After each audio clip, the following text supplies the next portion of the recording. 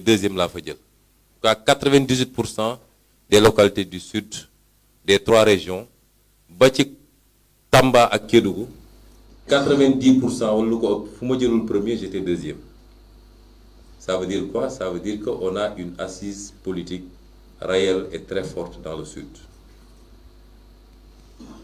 Maintenant élection bu nekk ak réalité am ñu bëri fii boo gisee les accueils qu'on m'a réservés partout où je suis passé nga xam ni y a pas match mais ñu bëri dañuy essayer def distinguo entre la personne de Sonko qu'il voit beaucoup plus comme un candidat à l'élection présidentielle et les élections locales te bëri na suñuy adversaire ñoom seen stratégie mooy nu ñuy def ba déconnecter la personne de Sonko ak élection locale yi donc suñu demee ci village yi li ñuy wax nit ñi mooy ñun ñëpp xam nañ ni Sonko ngeen àndal xam nañ ni moom ngeen bëgg xam nañ ni moom ngeen di voter mais lii élection locale la c'est différent mun ngeen ko préparer seen carte 2024 mais lii c'est des élections locales qui opposent des fils de la localité c'est l'argument principal qu'il met. Donc première manœuvre, déconnecter la personne de Sonko avec les élections locales. Am na ci ñoom sax bëri na fii dans le Bignona am na dans le Oussouye am na dans le Sédhiou am na ci ñuy dem des candidats de Benno Bokk Yaakaar qui disent aux populations ñun ñii sax nous sommes des pro Sonko Sonko suñu xarit la am na un candidat de Bignona qui leur dit Sonko maak ñoom ñoo génnandoo même école dañ pas ñun ñii ñëpp suñu gagné sax en 2024 nous allons soutenir Sonko loolu yëpp c'est des arguments moo tax bi ma mujjee ñëw on a tenu ici dans cette salle un atelier avec nos 30 candidats et les candidats de département pour déconstruire par des éléments de langage ce discours qu'ils tiennent. Donc su dee connexion bi des na élection locale yi entre nos candidats et Sonko, ma conviction c'est qu'on va largement gagner dans le sud. Si ils réussissent seen argument yooyu ba dugal ko ci bopp nit ñi nous allons gagner dans beaucoup de localités mais il peut y avoir des localités qu'on ne gagnera pas.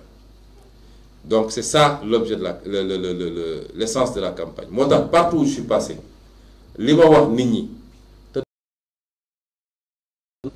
je leur ai dit élection bi ma demee Sédhiou bi ma demee Vélingara bi ma demee Diaobé bi ma demee feneen ak feneen j'ai fait une 30aine de communes la ma leen wax mooy c'est une élection qui oppose Ousmane Sonko à Macky Sall.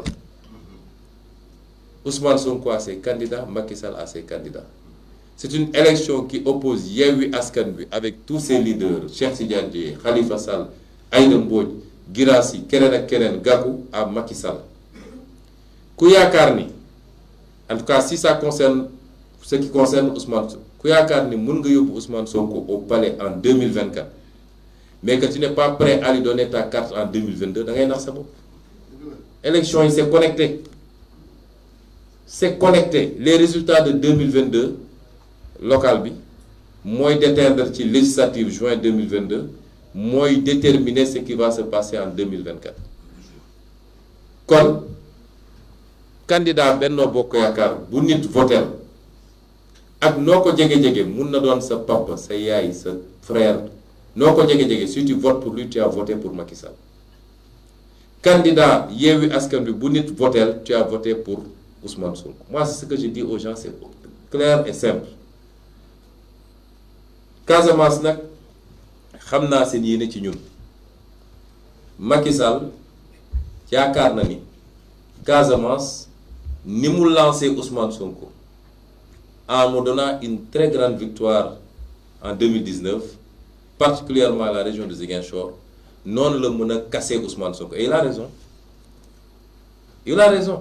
C'est-à-dire si Macky Sall gagne la Casamance duma ko nëbb c'est un coup dur pour notre carrière politique. Alors les gens n'ont qu'à faire leur choix. s'ils veulent que ce projet-là aboutisse en 2024, ça commence par 2022. Mais non, élection locale, la réalité locale, c'est pas ça. Pourquoi Macky Sall sonn ci? Pourquoi mu génne 33 milliards 500? moom xam na ne du élection locale xam na ni s'il perd ces élections ñemeetul taxaw devant les Sénégalais pour parler de troisième mandat. nit nu mu mënee ne nag ne man bëgguma Macky Sall nekkaat fii en 2024 et tu es prêt à voter pour Macky Sall en 2022. Chaque électeur na jël ses responsabilités. Voter Ablaye Baldé, voter Benoît Sambou, c'est voter Macky Sall. Aussi simple que ça. ñun nag mënuñu xeex li ñuy xeex boobu ba léegi ne serait-ce que li fi xew mois de mars 14 personnes dee nañ ci ay jaaxaanu Macky Sall ñu ñëwaat 10 mois plus tard ñu ne léegi nañu voteel Macky Sall. Ce serait presque trahir la mémoire de ces gens qui sont battus pour un projet. Donc soit on est logique, soit on ne l'est pas. Mais élection locale la nangam. Il n'y a pas d'élection locale. Ces élections sont des élections internationales même. C'est même pas des élections nationales du moins. Kon loolu ñoom yooyu la ñuy wër argument yi la ñuy wax ak di wax nit ñi ni si vous élisez un opposant dara dootuñu fi dugal dara mais ñoom ils sont tous Macky Sall à 95% des mairies ban mairie lañ fi tabax ban mairie de l'APR la waa population bi ne kontaan nañu ci maire bi ñu defee le classement des meilleurs maires étude bi ñu def les meilleurs maires sont de l'opposition. ma wax ni